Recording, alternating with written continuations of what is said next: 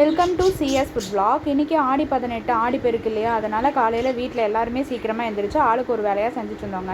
நான் எழுந்திரிச்சு காலையில் கோலம் போட்டு வரக்குள்ளேயே கிச்சன் வேலை ஃபுல்லாக மாமியாரும் பாட்டியும் சேர்ந்து முடிச்சு வச்சுட்டாங்க. ஆல்மோஸ்ட் எல்லாமே முடிஞ்சுது. நான் எழுந்திரிச்சு வரும்போது பாட்டி வந்து அப்பளம் பொரிச்சிட்டு இருந்தாங்க.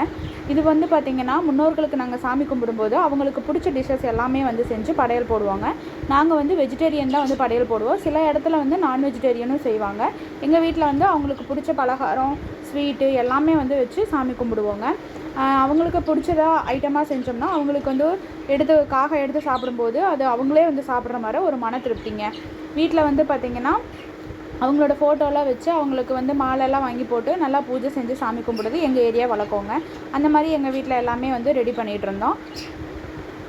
வீட்லேயும் சில பேர் வந்து ஆடி 18க்கு சாமி கும்பிடுவாங்க, ஆடி அமாவாசைக்கு சாமி கும்பிடுவாங்க, சில பேர் வெஜிடேரியன் வச்சு சாமி கும்பிடுவாங்க, சில பேர் நான் வெஜிடேரியன் வச்சு சாமி கும்பிடுவாங்க.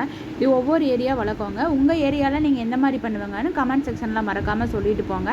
நாங்கள் வீட்டில் உள்ள எல்லாருமே வந்து ஒவ்வொருத்தராக வந்து முன்னோருக்கு வந்து பார்த்திங்கன்னா ஆர்த்தி காட்டி தீர்த்தம் போட்டு சாமி கும்பிடுவோங்க. இது வந்து எங்கள் வீட்டு சைடு வந்து வழக்கங்க. அந்த மாதிரி தான் நாங்கள் வந்து பண்ணணும். இன்றைக்கி வந்து யாருக்காருக்கு சாமி கும்பிட்டோன்னு பார்ப்போமா. இது வந்து எங்கள் மாமியாரோட அப்பா, இது வந்து எங்கள் மாமியாரோட மாமியார், இது வந்து எங்கள் மாமியாரோட மாமனார். மாமியார் ஃபோட்டோ மட்டும் சரியாக கிடைக்கலைங்க. அந்த காலத்தில் அதிகமாக அவங்க ஃபோட்டோவை எடுத்துக்கல, அதனால் பெருசாக அவங்கள வந்து ஜூம் பண்ணி காட்ட முடியல. நான் தனியாக ஒரு வீடியோவில் அவங்கள வந்து காட்டுறேன். யார் என்னென்னு வந்து சொல்கிறாங்க. ஒரு வழியாக பூஜை எல்லாம் முடிஞ்சுதுங்க. நல்லபடியாக சாமி கும்பிட்டோம். அவங்களுக்கு படைச்சி வச்சுருக்க படையல் எடுத்து காகத்துக்கு வந்து வைக்கணும். இதனால் அவங்களுக்கு பிடிச்ச ஐட்டமாக நாங்கள் வீட்டில் செஞ்சு வச்சுருக்கோம் இல்லையா. ஃபஸ்ட்டு ரவா லட்டு, அது வந்து எங்கள் மாமியாருக்கு வந்து ரொம்ப பிடிக்கும்.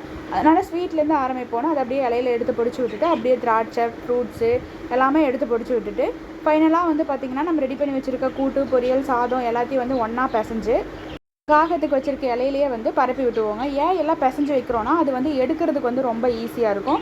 ஃபைனலாக வந்து அப்பளத்தையும் அது மேலே வந்து பொரிச்சு போட்டுட்டு நாங்கள் காகத்துக்கு வைக்கிறதுக்காக ரெடி ஆகிட்டோம். பெருசாக இருந்துச்சுன்னா அது வந்து எடுக்கிறதுக்கு ரொம்ப கஷ்டமாக இருக்குமா. வெளியே வந்து காகத்துக்கு வைக்கலான்னு வந்தால் டாமு வேறு இவனுக்கு தான் சாப்பாடு எடுத்து வரான்னு நினச்சிட்டு ரொம்ப ஆர்ப்பாட்டம் பண்ணிட்டேன். எவ்ரி சண்டே இவனுக்கு நான்வெஜ் வைக்கங்காட்டி நம்மளுக்கு தான் நான்வெஜ் எடுத்துகிட்டு வந்திருக்காங்க போலான்ட்டு ரொம்ப அலக்கழிச்சிட்டாங்க. ஒரு வழியாக அவனுக்கு புரிய வைக்கிறதுக்கே ரொம்ப கஷ்டமாயிடுச்சு. ஃபைனலாக காகத்துக்கு வந்து சாப்பாடு வச்சுட்டோம்.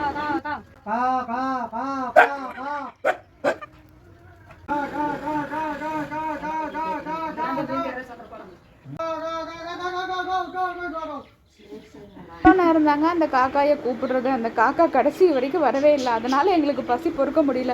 வந்து சாமி கும்பிட்டு எல்லோரும் வந்து சாப்பிட ஆரம்பிச்சிட்டோங்க. அப்புறம் தான் பாட்டி சொன்னாங்க, அங்கே இருக்கிற தாத்தா வந்து பார்த்திங்கன்னா எல்லாத்தையுமே சாப்பிட வச்சுட்டு லாஸ்ட்டாக தான் சாப்பிடுவாராம். அது மாதிரி தான் இந்த காக்காவும் லாஸ்ட்டாக தான் வந்து எடுத்துச்சுங்க. ஃபஸ்ட்டு குருவியும் எடுத்துருச்சு, ஃபைனலாக காக்காவை வந்து எடுத்து எங்கள் விரதத்தை முடிச்சிருச்சு.